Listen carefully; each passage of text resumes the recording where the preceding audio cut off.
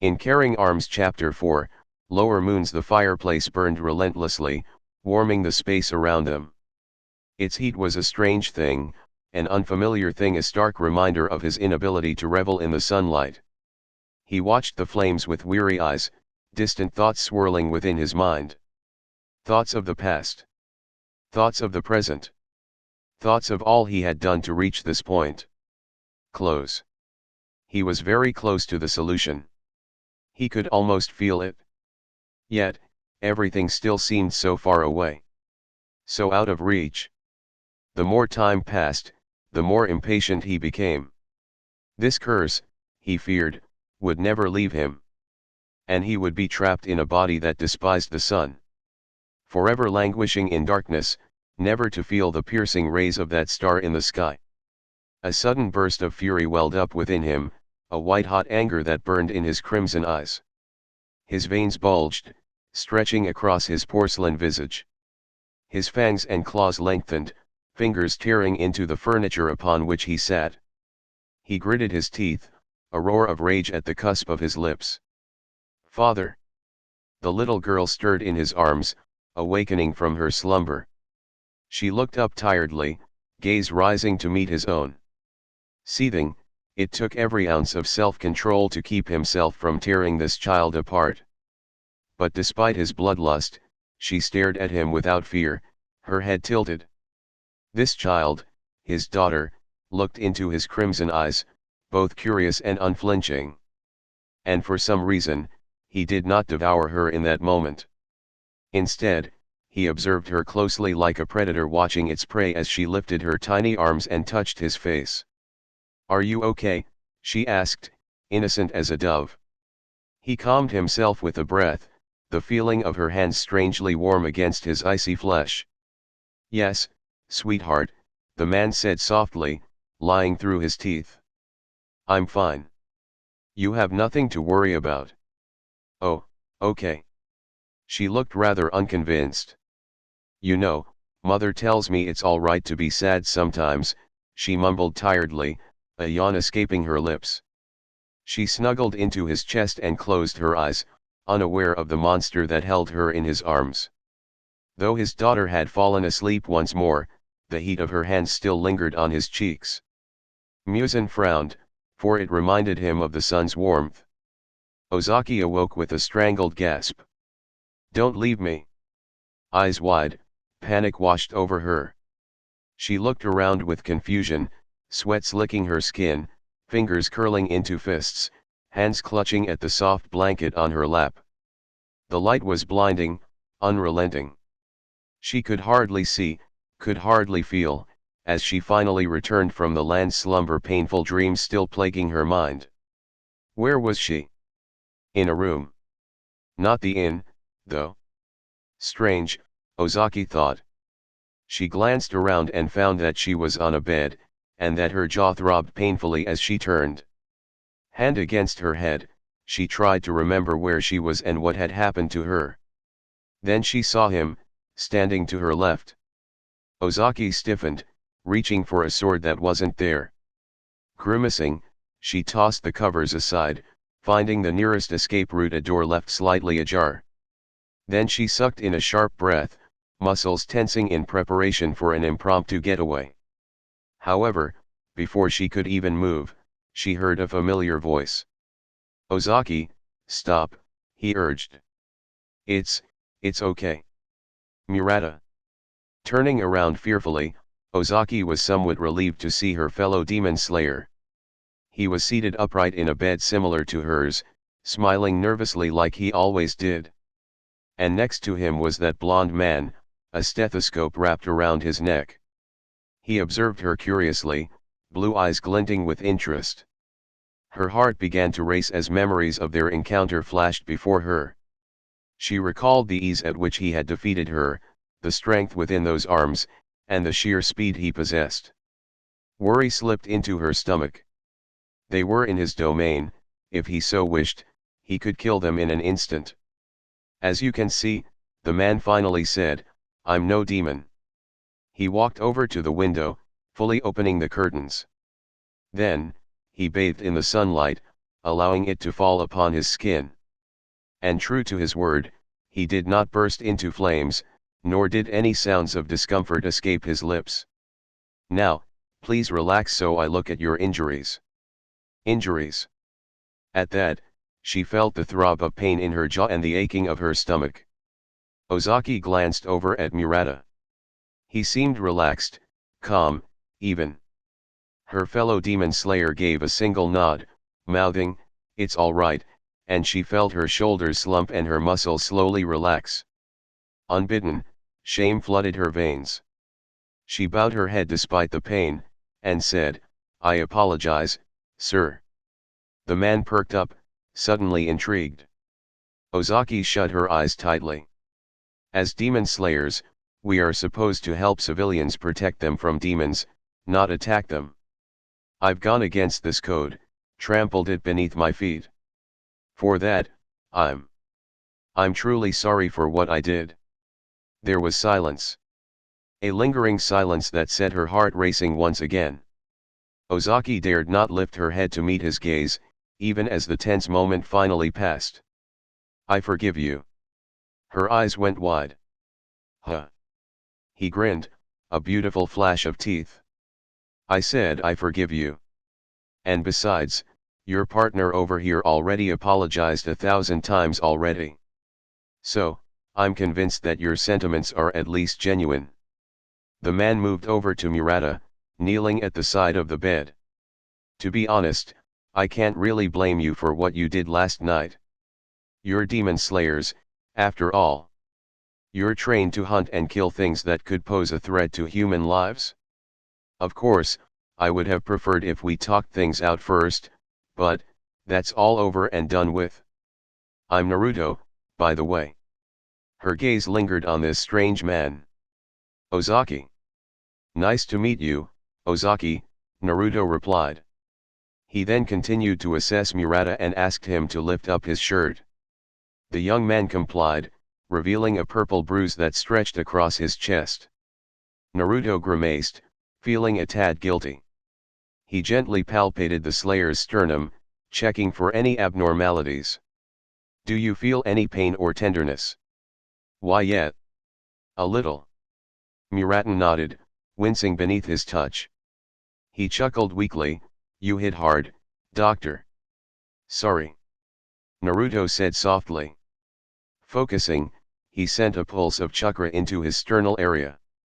A gentle glow seemed to surround his palm, an ethereal energy flowing into the afflicted area. "Does that feel better?" The demon slayer's shoulders lost all tension.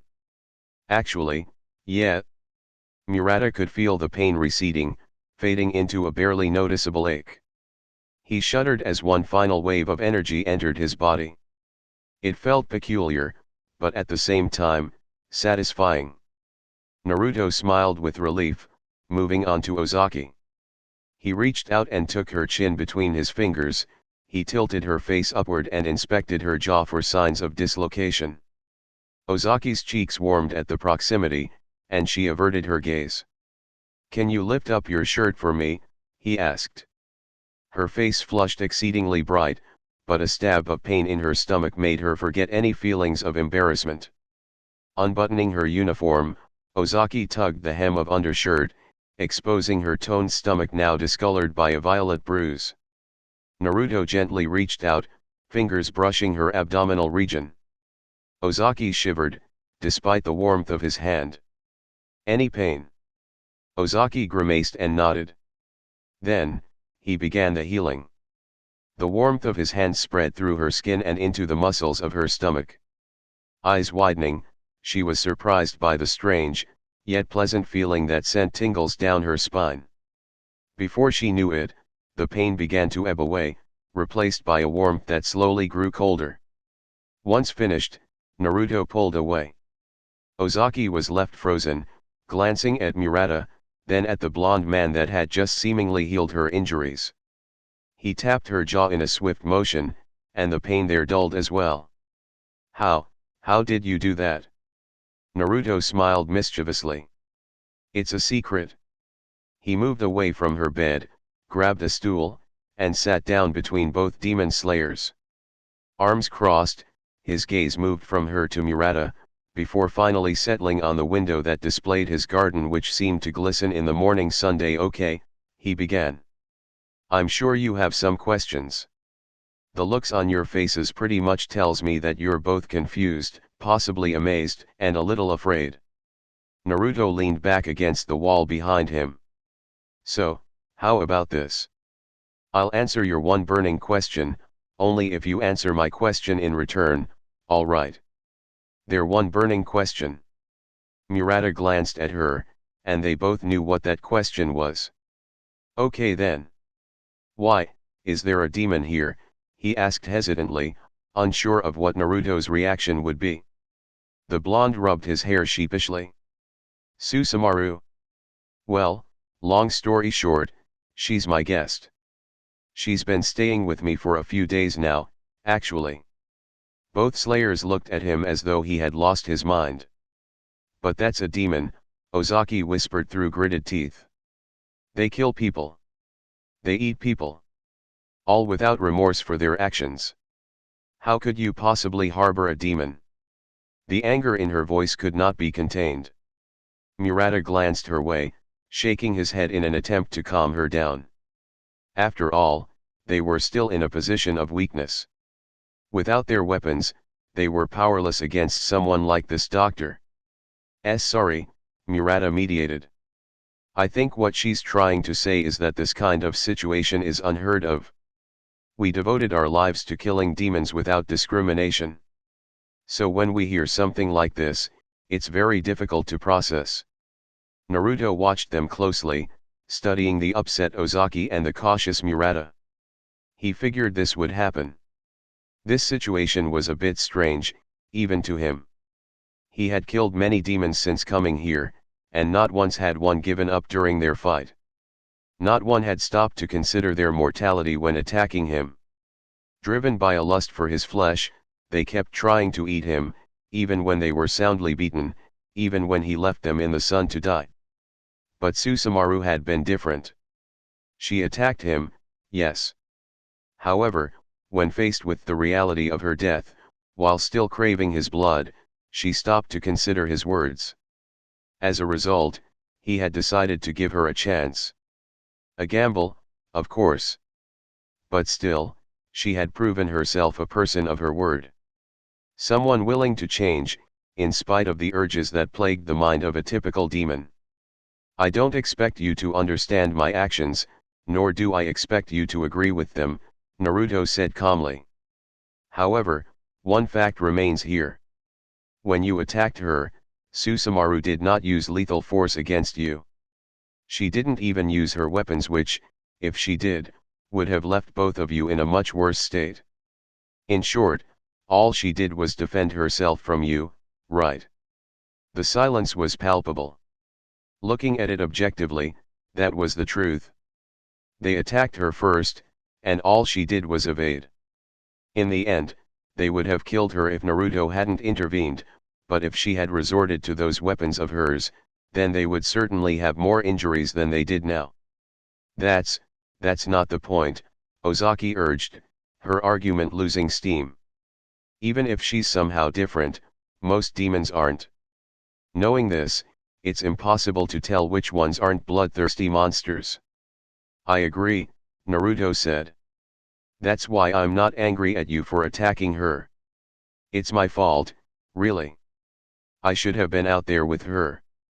Maybe if I'd been there earlier, we could have at least talked things out. He rubbed his spiky mane, sighing. This whole situation was just unfortunate. But I hope we've come to a bit of an understanding. Murata nodded slowly. I guess. Ozaki remained silent, unsure of what to say. Anyway, Naruto continued. What brought you to my clinic last night? A demon, Ozaki answered quietly. We were given a mission to kill the demon that terrorized Nerima a few days ago. We wanted to see if you knew anything, since you're treating some of the victims. Naruto leaned forward. Well, I was out of town during the incident. So, unfortunately, I don't have much details as far as descriptions go. Damn, Murata muttered. We still have 0 leads then. If it helps, Naruto continued, one of my patients did report seeing a single demon. They also said that there were animals involved, like wolves and even a bear. Animals? Ozaki echoed. She instantly remembered seeing the claw marks that were carved into buildings. And she didn't like the implications of it. That's about all I have for you though, the blonde said, standing up. Thank you, said Murata, bowing his head. Even though it doesn't seem like much, this information should be very useful to us. No problem, Murata. Naruto gave a half smile, crossing his arms once more. And actually, I'm considering going after this demon myself. Both Slayers' eyes widened with alarm, a million questions forming in their minds.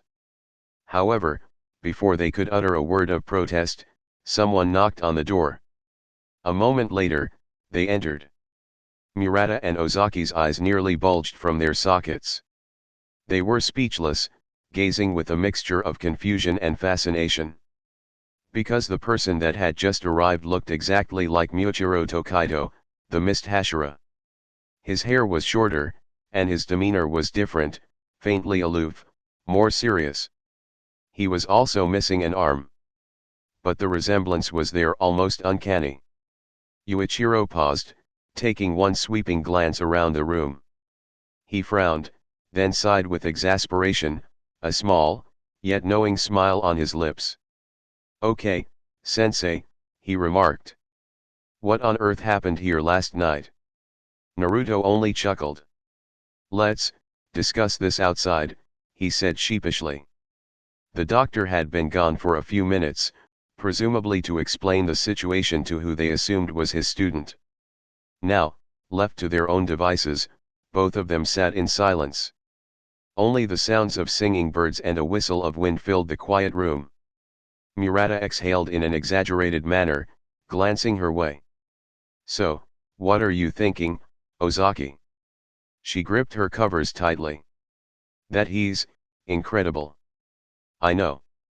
Murata clenched and unclenched his fists. He beat us so easily, and he doesn't even know any breath styles. Not even the most basic of techniques. In fact, he barely seemed to take a breath while we fought. That strength of his. I wonder where it comes from. He's also a medical expert. Just like Lady Shinobu, she added. And he seems to be around our age, too. Murata recalled their conversation with Naruto, a contemplative look entered his eyes. You think we should try recruiting him to the corps? It was a risky idea, but a good one, nonetheless. Maybe, Ozaki said. We could really use someone with such raw talent. Imagine if he was properly trained. He could probably become as strong as a Hashira. It's possible, Murata replied, crossing his arms. He was still surprised by the fact that his chest no longer hurt. But we'll have to convince him first. And honestly, I don't think we made a good first impression. That's for sure. Ozaki frowned, a wave of guilt washing over her. But still, he's harboring a demon. I don't think anyone, especially the Hashira, will tolerate having someone like that join us. What a shame. Murata leaned back against his palms. We need all the help we can get against the demons. We need stronger people. Yeah, Ozaki said sadly, eyes distant. There were truly special people in this world, freaks of nature that made normal humans look like fodder. The Hashira were a prime example, and so was Naruto. In a way, it discouraged her because she knew she would never reach their level. She wasn't talented, nor was she particularly strong. And if she could be beaten so easily by an untrained person, was she really powerful enough to make a difference in the world? The thought gnawed at her stomach, twisting and mangling Ozaki's confidence in her abilities. Also, did you see that guy just now? Murata continued. Is it just me, or did he look a lot like Master Tokaido? Pushing those feelings aside, Ozaki managed a nod. I thought I was the only one that noticed. The hair's shorter, though. And I don't remember hearing that Master Tokaido has brother. Did you? Nope. Murata shrugged. He's probably just someone that looks like him. That's not too uncommon. A moment of silence slipped by, and she could hear Naruto talking with his student, her sharp ears gleaning bits of information. It wasn't a heated discussion by any means, as far as she could tell. Naruto says he might be going after the demon that caused all this, Murata whispered. Ozaki frowned. I don't think that's a good idea, she said. Civilians shouldn't risk their safety like that. He might be strong, but he doesn't have a Nichiren blade. He can't kill a demon. That's true, he replied, studying the walls. We'll tell him to leave it to us, that it's our job to handle these sorts of things. We should also get back to work as soon as possible, Ozaki said. This mission is already becoming too long. I'm sure our crows will be coming to check in on us soon. Murata stretched his muscled arms above his head. How long should we stay here then?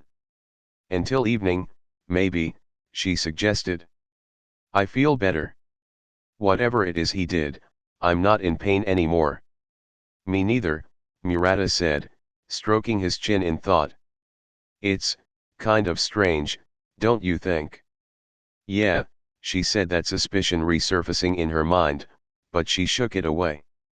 He's not a demon though. We know that for sure now. Murata nodded and rose from his bed, intent on finding a restroom. He yawned and headed for the door. Then I guess it's settled. We'll stay a little longer.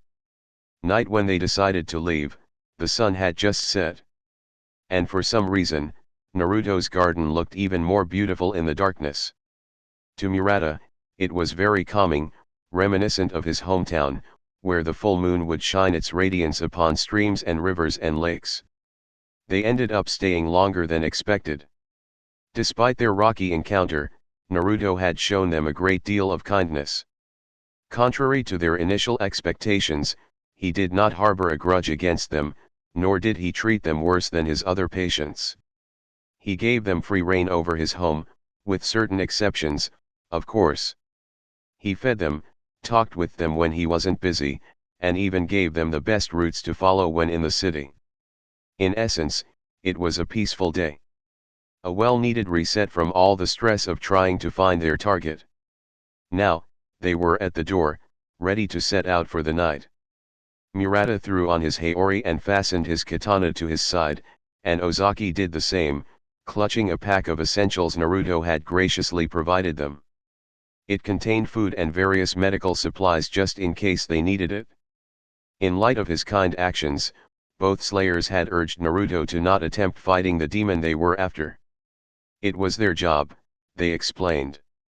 And that, in spite of his strength, he wasn't equipped with the right tools to face such a threat. He agreed, albeit reluctantly. Are you sure you're okay to leave? Naruto asked. Murata nodded, a small smile on his lips. Yes, we're fine, doctor. We still have a mission to complete, after all. Okay, Naruto said simply. Sorry for attacking you, Ozaki repeated. I told you that you're forgiven, didn't I? He said, chuckling. Then he looked at them with a gentle gaze. Be careful. And if you need anything, my door is always open. Thank you, Murata replied, finally ready to leave. Both of them turned and went on their way, passing through his garden one more time. Ahead of them near the pond was that same demon from yesterday. She was sitting on the soft grass, laughing as she played with the black cat. They moved past her warily, hands gripping the hilts of their weapons, ready for her to strike. But she paid them no mind. She knew they were behind her, yet she made no move against them, nor did that smile ever leave her beautiful face. Later Susumaru skipped along happily, clutching a book to her chest. Naruto was next to her, hands in his pockets as they strolled through the lively city street. There were many people still moving along the road, despite the absent sun. They went about their business, some laughing and chatting, some drinking, some hollering for customers at their food stands. He smiled a bit, reminded of Konoha's boisterous nightlife. If only. If only he hadn't failed, he would be at home right now, celebrating the end of the worst war in the history of the shinobi world. It was approaching that time of year, the anniversary of his defeat at the hands of his closest friend. The infinite Tsukuyomi had been bad enough, but Sasuke's plan to murder the Kage and bring the world under his control through fear, tyranny, and violence, was, in his opinion, just as evil. What was happening now? He wondered. Was Tsunade dead? Gaara? The others? Who else had perished because he couldn't stop the last Uchiha? He frowned at the thought, hands clenching into fists. He had an obligation to go back to stop whatever hell the people of the elemental nations were being put through. No matter what, he had to find a way. Naruto. Her soft voice cut through the fog in his mind. He turned and could see her looking at him curiously. Her ember eyes landed on his trembling fists, then found their way back to his face. Is everything? He put on his brightest smile. I'm okay, Susumaru. You sure? She pressed, inching closer and inspecting his features. I'm not convinced. Naruto laughed softly, nudging her with an elbow. Trust me. I'm fine. After a moment, she finally relented, pulling back. If you say so, Doctor, Susumaru said playfully as she clutched that orange book. Oh. I see you've been reading my book, he said, taking notice of what she was holding. She beamed. The Tale of the Utterly Gutsy Shinobi. It has a very interesting title, but I have to say, it's got me hooked. And even more interesting is the fact that the main character has your name. Coincidence? I don't think so. You're right about that, Naruto explained as they moved past a throng of laughing people. That book was written by my sensei. My parents loved it so much they decided to name me after the main character. Really? She asked. That's actually very sweet. Whoever this Jiraiya guy is, he sure knows how to write. I'd like to meet him someday. Naruto smiled gently, clasping his hands behind his spiky mane. He died a few years ago. Susumaru's face fell. Sorry. I didn't mean to assume. He waved her off. Don't worry. You didn't know. In fact, I'm glad you like his writing so much that you'd want to meet him. He'd be happy to know that. Naruto paused, thinking. However, I'm not sure if you'd really want to meet him in person.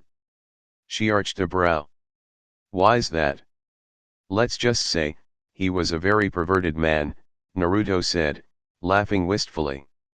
And, as much as he liked to deny it, Jiraiya's ways had certainly rubbed off on him to some degree. Susumaru shrugged. Well, everyone has a perverted side, she said. Some are just good at hiding it. Are you speaking from experience? Naruto teased. Eyes widening, a blush tinted her pale cheeks. Maybe. Even demons have urges, you know. She shook her head, quickly changing the subject. Anyway, you never told me where we're going. Well, I wanted it to be a surprise, Naruto said, but we're going to see my friend. This friend of his. The same one he had mentioned when she first started staying with him and Yuichiro. She wondered what was so special about this woman. Evidently, she lived in a different part of Tokyo, and she owned a clinic as well, tending to people that weren't in Naruto's immediate vicinity. Someone waved in their direction, and Naruto returned the gesture. Susumaru hadn't noticed it before, but a lot of people seemed to know her companion. Probably former patients of his, she realized. Also, I've been meaning to ask how you're doing, Naruto suddenly said. I mean, after all that happened yesterday with Ozaki and Murata. Are you all right? Physically, yes, she was great. But emotionally, well. She gritted her teeth. Ugh. They pissed me off so much, she exclaimed. I tried to talk to them, but they wouldn't listen. I even made sure not to attack them with my temeri, and all they did was cut off my arms. It was just terrible. Absolutely terrible. After getting all of the frustration off her chest, Susumaru took a deep breath and exhaled slowly. But, as I've said many times before, I won't blame them for deciding to attack me. Her final words were soft, understanding. And Naruto looked upon her with a warm gaze. You kept your promise to me, he said, and I appreciate it. But if this ever happens again, I want you to know that it's okay to defend yourself. You've proven that I can trust you. He turned away, rubbing his golden hair. And I can't have you dying on me now, can I? Of course not, she replied, grinning. I'm not dying anytime soon. Not yet. Oh, and since she lives a bit far away, just walking will take too long, Naruto said, entering a secluded alley, so he smirked. Try to keep up. In that moment he leapt upward, jumping atop buildings in a burst of speed. Susumaru felt excitement surging through her, always eager for a challenge. She followed after him, bounding forward in an attempt to keep pace, all while laughing with glee. In the end, though, she could hardly keep up. They covered a quarter of the city in a matter of minutes, but he'd always been a few meters ahead of her no matter how much energy she put into her legs. Finally, their surroundings began to change, giving way to a more opulent area. An area even brighter than where Naruto's clinic was located. A place with more activity and wealthier denizens. They leapt off a particularly large building, then continued on foot. They were a blur in the night, barely noticeable to those around them. Naruto slowed down a bit, and she found herself running beside him. They wound through a few more streets until they reach a lengthy compound. Ahead, a dead end quickly approached. Even as the wall loomed closer, Naruto did not stop. Just before she voiced her concern, he ran right through it, as though the wall was nothing but a projection. She followed suit, slipping past the wall that was created by what she assumed was a concealment talisman, made possible by a blood demon art. Slowing down, they stopped in front of a beautiful house, where a woman and a young man were waiting at the door. The woman smiled at both of them, and in that moment, Susumaru knew that these two weren't human. Tamayo was beautiful, as always. With comely features and a feminine physique, she was the object of many men's desires. Dressed in a floral-patterned kimono, her gaze was kind as she welcomed him in. He hadn't seen her in a month, and he found that he missed her company. Technically speaking, they weren't too far away from each other, but with both of them owning a clinic, things tended to become busy, leaving them little time to meet. However, every month he cleared his schedule and came to visit. Firstly, so he could see her. And secondly, so he could supply both her and Yashiro with his blood. Come on, dear, Tamayo encouraged, gently beckoning to Susumaru. She was still standing at the entrance, frozen with trepidation. She hesitated, glancing at Naruto as he looked on with an encouraging smile. You're a demon, she asked. Tamayo nodded slowly. I am. Both me and Yashiro are. I assumed Naruto would have told you. Crossing her arms, she accosted Naruto with an accusing stare. Well, he didn't tell me at all. At that, the blonde chuckled. I guess this is the surprise. Naruto. Tamayo scolded. You didn't tell her. She shook her head as her blonde friend put his hands up innocently. Well, I can't say I'm shocked. Since I've known you, you've always been a playful person. In any case, Susumaru, I'm Tamayo, and this is my clinic. And I'm Yashiro, Lady Tamayo's faithful aide, said the person standing at the woman's side. He looked young, barely an adult in appearance, but Susumaru knew he was far older than any human. In that moment, she froze, pausing for a moment as she realized that this woman was called Tamayo. The Tamayo. A fugitive. On the run from Muzan for hundreds of years. Finally getting over the shock, she entered the building. "You know my name." "Of course," Tamayo affirmed.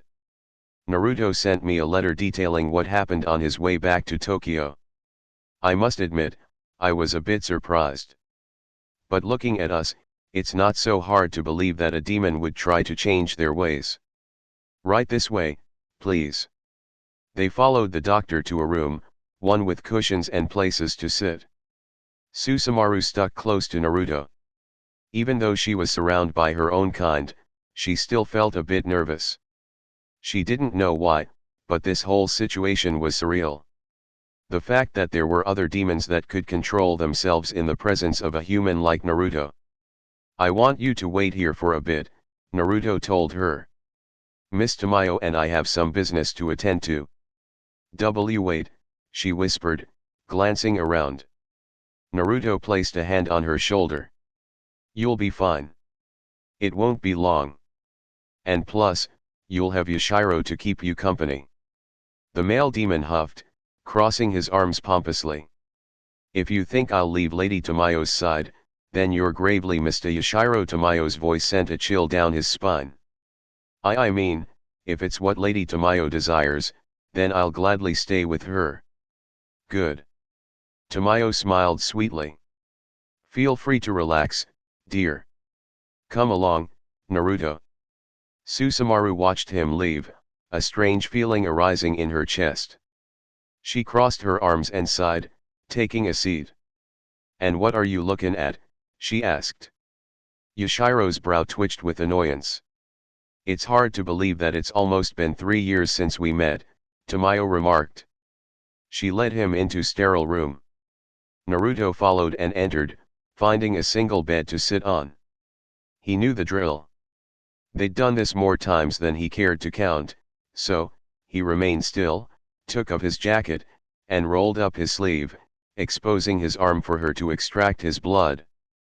"Feels like yesterday that you found me, bloodied and dying," Naruto recalled. "I was so exhausted. I wouldn't have survived long without you." "You flatter me, Naruto," she said. "Your body heals quicker than a typical human's. I didn't play that big of a role in your recovery." He smiled a bit. "I wouldn't say that." Tamayo quickly gathered the supplies she would need, and Naruto watched her, an expert in her field, as she pulled on a pair of gloves and moved to his side. "How's Yuichiro?" Tamayo asked. She tied a rubber tourniquet around his arm, which in turn caused his veins to become more visible. "He hasn't visited in some time. He's been the same old Yuichiro, serious as usual," he answered, chuckling. "But he's also been working so hard, learning so much, and making friends outside of the clinic. I'm happy for him, honestly." "It seems saving that young man did wonders for you as well," she remarked. Naruto tilted his head curiously. "You look so proud when you talk about him." "Oh, yeah," he said, a bit embarrassed. "Well, who wouldn't be proud of someone like him?" Disinfecting the area, Tamayo found the right vein and punctured it, drawing his blood through a special needle. The crimson liquid flowed freely, entering a vial. Despite this, Tamayo did not lose her composure, neither did she begin to salivate, like most other demons would. She drew several pints of blood, more so than a typical person. But thanks to Naruto's increased regenerative abilities, he could handle a bit more being taken. "Thank you, Naruto," Tamayo remarked happily. "Your blood sustains us for a longer period of time, compared to our other donors. It's always a pleasure to have you here." Naruto waved her off. "Come on, Tamayo. This is the least I can do for the person that saved my life." "I suppose," she laughed softly, then stored his blood in a secure place. She moved back and sat next to him. "Now, tell me about Susumaru. How has her behavior been?" Pulling his sleeve down, Naruto stroked his chin in thought. "She's been fine for the most part. Even around other people, she hasn't made a move to attack. She still desires blood though, and I gladly provide, of course. But, she's changed a bit. She remembers her life before she was turned. And she's working hard to improve herself, whether that's through gardening or reading or even playing with our cat. Interesting, Tamayo said, mulling over his words. I'm not too sure what to make of this. But I'm happy that even one demon could change their ways. It has to be my blood, Naruto speculated. But Tamayo shook her head. Possibly. However, I don't believe your blood physically changes people, not like Muzan's. What it does do, perhaps, is give demons the strength to change. In the case of many demons though, this change won't happen, because they would much rather the quick pleasure of eating you over working to restrain that part of themselves. Huh, he remarked. Never thought of it like that. It was an interesting hypothesis. Maybe his blood was a catalyst, not a cure, something that could aid demons in suppressing their urges for flesh and organs. But only if they truly desired to. If they did not want to change, then they wouldn't. What about your plan to return home? Tamayo inquired. Have you made any progress? Only 2 people knew about his project. Only Tamayo and Yuichiro. Naruto nodded, clenching and unclenching his fist. I've made some progress, but I'm still not there yet. The solution could come to me today, or next year. That's how these things work. But no matter what, I will find a way back. I know you will. Tamayo sighed, placing a gentle hand on his. You just seem tired. Is it that noticeable? He asked. The sheer amount of chakra it took to expand the portal was finally taking its toll, it seemed. A little, Tamayo said.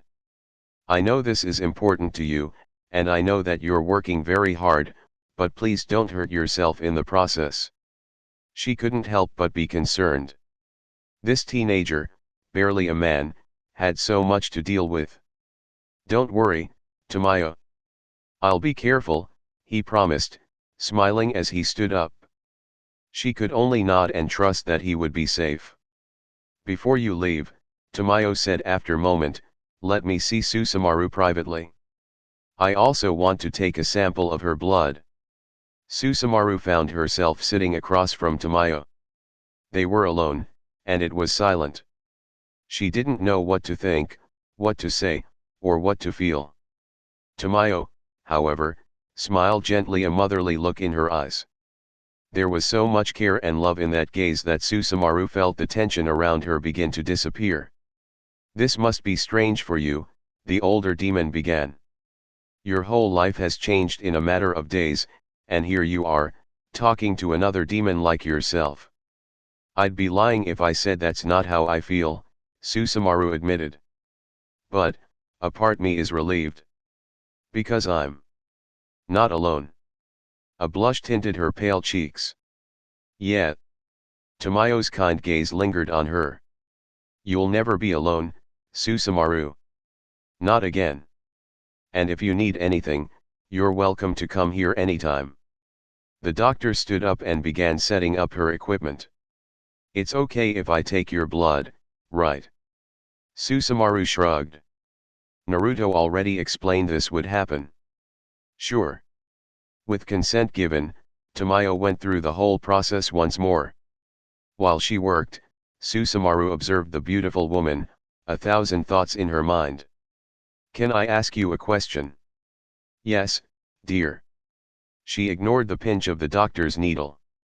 How did you meet Naruto? Looking up, Tamayo said, it's quite the story. But to be brief, I found him outside my clinic. In the street, actually. He was terribly injured, unconscious, and surrounded by onlookers. While everyone was frozen, I did what any doctor would do. I took him in and helped him recover. Back then, his blood had been so alluring, so different from any person, that even her and Yushiro were affected. However, she did not act on that temptation to feast upon human flesh. Instead, She pulled herself together and focused on helping him, as a doctor would to any other patient. Nodding, Susumaru grew quiet once more. Then she glanced at the doctor again, hesitating. "You have another question?" asked Tamayo. I don't know if it's too personal to ask." Tamayo concluded the procedure and stored Susumaru's blood. "Don't worry. You can ask me anything." Susumaru swallowed. Then, your family, your human family," she began. "When you were turned, did you kill them?" Tamayo smiled sadly. "Yes. Her husband and her children and so many other innocent people, dead by her hand. It was the one thing she could never forgive herself for doing." "How did you move on from it, the guilt?" Susumaru asked, her voice barely a whisper. "I don't think I'll ever truly move past it," Tamayo explained. "I still think about them, even to this day. But the guilt lessens with time, as horrible as it sounds. The thing is, you have to keep moving forward. Do something meaningful. Devote yourself to something that you know your family, were they still alive, would be proud of." Susumaru listened with rapt attention, engrossed in the wise woman's words. "And most importantly," Tamayo continued, "surround yourself with people that love you. And love them even more in return." It was time to leave. They'd spent a few hours in Tamayo's clinic, but it hadn't been for nothing. She'd learned so much, more than she deserved to know.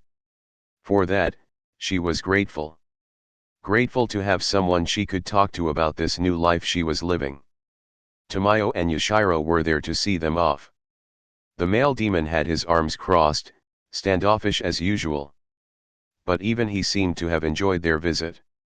"I appreciate your donation, Naruto," Tamayo said sincerely. "It will sustain us for a good while." She glanced at Yashiro, who, taking the hint, bowed swiftly. "Why yes, Dr. Naruto. I appreciate your help as well."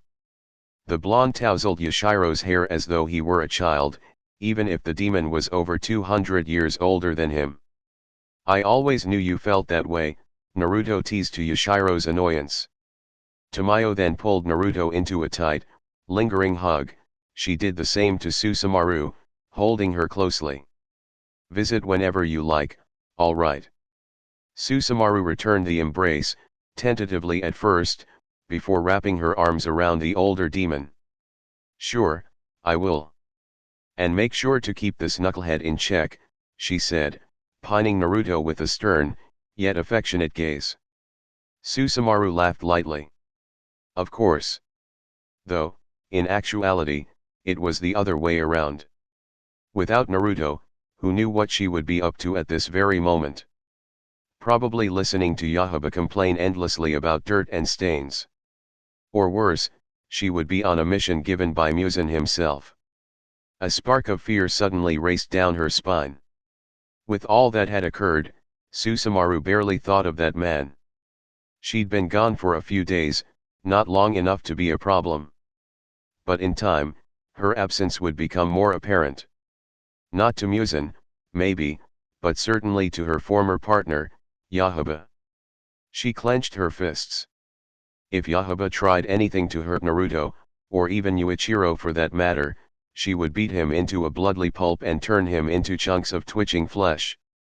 For now, though, she would focus on what was important, her new life at the clinic, as well as the blonde walking by her side. They had just left Tamayo's clinic and were on the main road, walking at a reasonable pace, when a stray thought entered her mind. "Hey," she began as they moved further down the path. "I know this is a strange question to ask, but, are you leaving soon?" "Leaving?"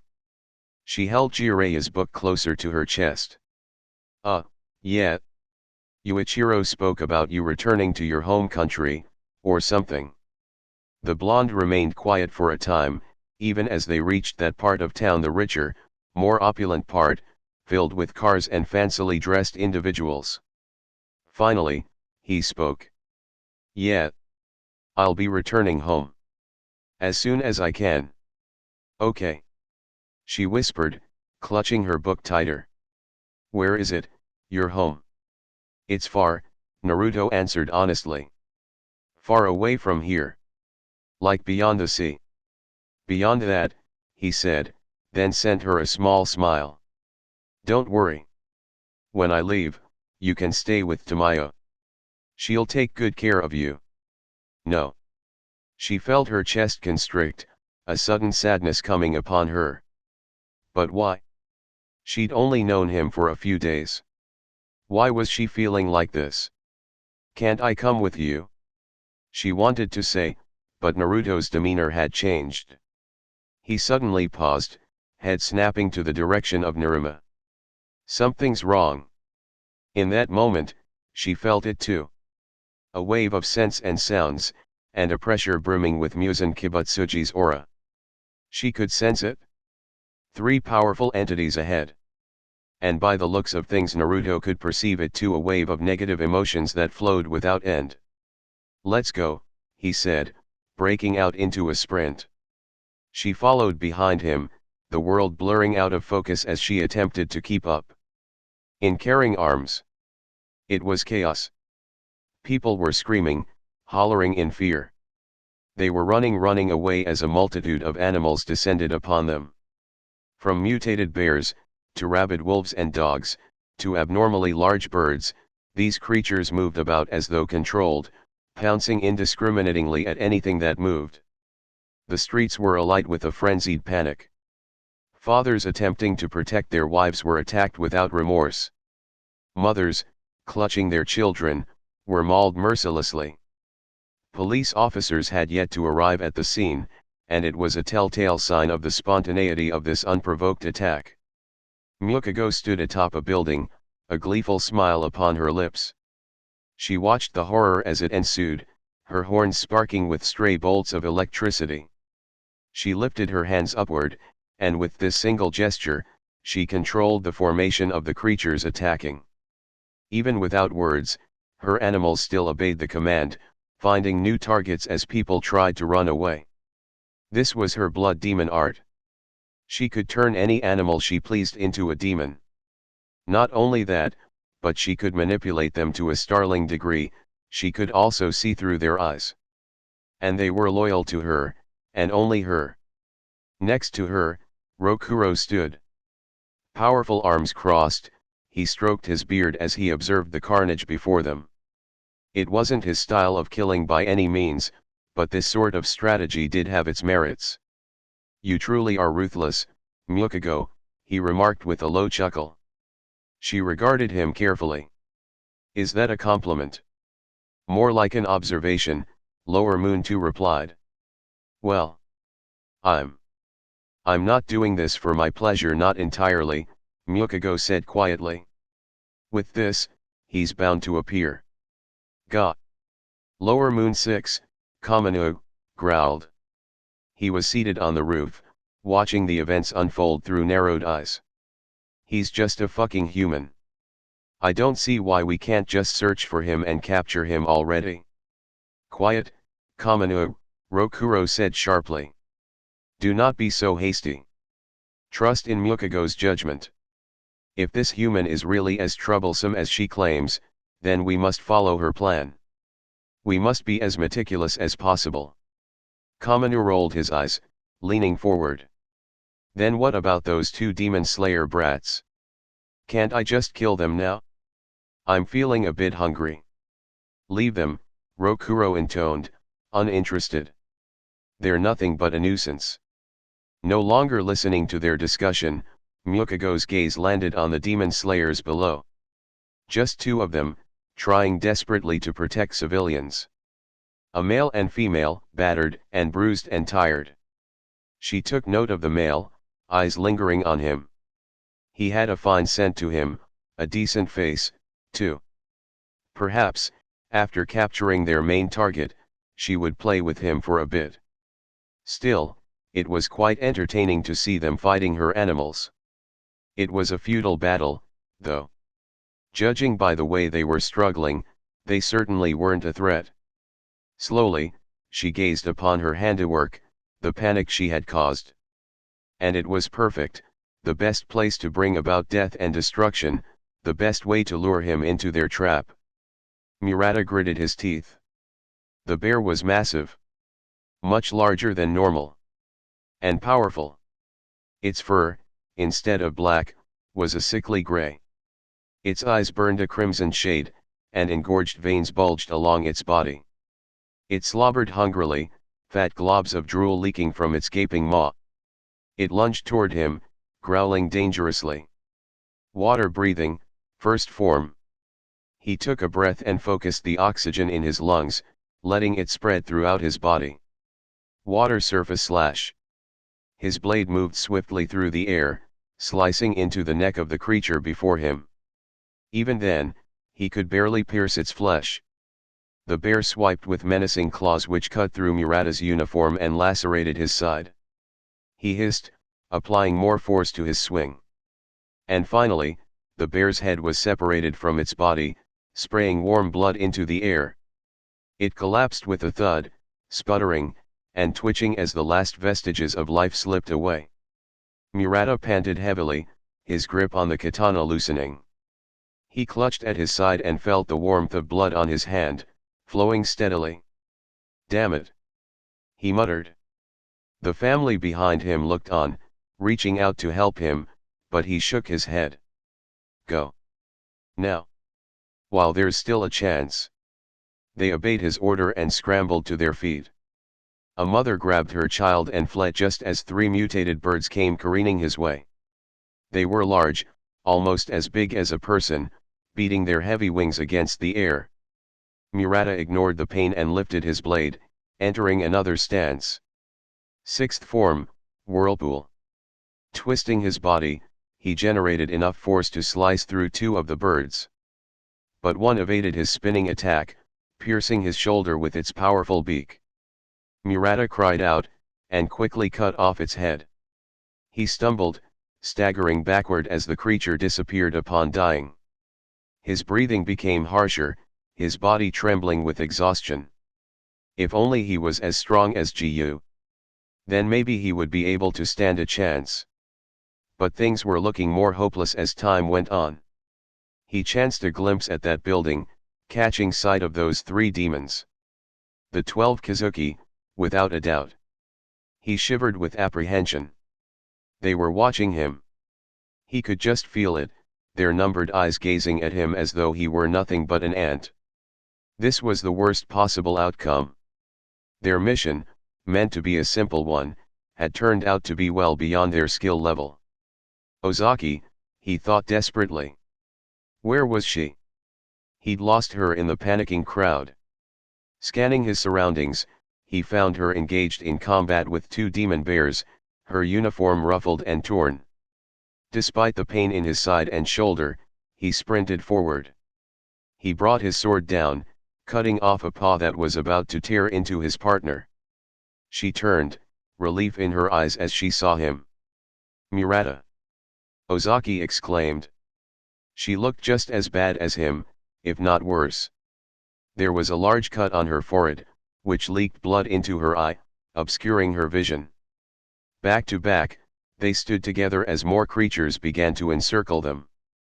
Most of the crowd had fled, and the animals were now converging on their location, growling and snapping hungrily. Clutching his side, Murata said, "Looks like a lot people escaped." Ozaki panted breathlessly. "That's good. I'm glad we could do something to help." "This sucks," he said, stabbing a disfigured dog through the throat. She could feel tears brimming in her eyes, but she shook her head. "I thought I'd live a little long than this." "I thought so too," Murata's voice trembled, and he wheezed as a sharp pain stabbed at his side. "At least I had good partner to fight alongside me." Ozaki smiled a bit, blinking away the blood that entered her eye. A dog suddenly lunged toward Murata's blind spot, and she leapt forward, pushing him aside as it bit into her forearm, sharp teeth digging into her flesh. She screamed out, sheer agony shooting through her. "Ozaki!" It was Murata's voice. He cried in alarm as a bear came barreling toward her, intent on tearing her apart. If she said she wasn't afraid of dying, she would be lying. But in that moment, despite the terror coursing through her veins, she felt as though she could perceive everything in slow motion. And she watched with fascination as the dog's head, the one biting her, exploded into pieces, spraying her with warm blood. It didn't stop there, however, because the bear had also been reduced to chunks of meat. She could barely track it, but a patterned ball atomeri was the culprit. It impacted her foe with enough force to tear its flesh apart. Next to her, Murata was no longer in danger, for the animals attacking him were on the ground, cut to pieces by a familiar blonde doctor. Naruto stood protectively in front of them. Susumaru was at his side, bouncing her Tamari balls upon the road. "Naruto," Murata said, clutching his side. "Long time no see," the blonde replied, brandishing a glowing kunai. He surveyed the area with a frown, eyes snapping to the three demons on the roof. "They did this, huh?" "Yeah." Naruto turned and faced them, unflinching as he studied the beings above him. His eyes narrowed. "That's all I need to know." End.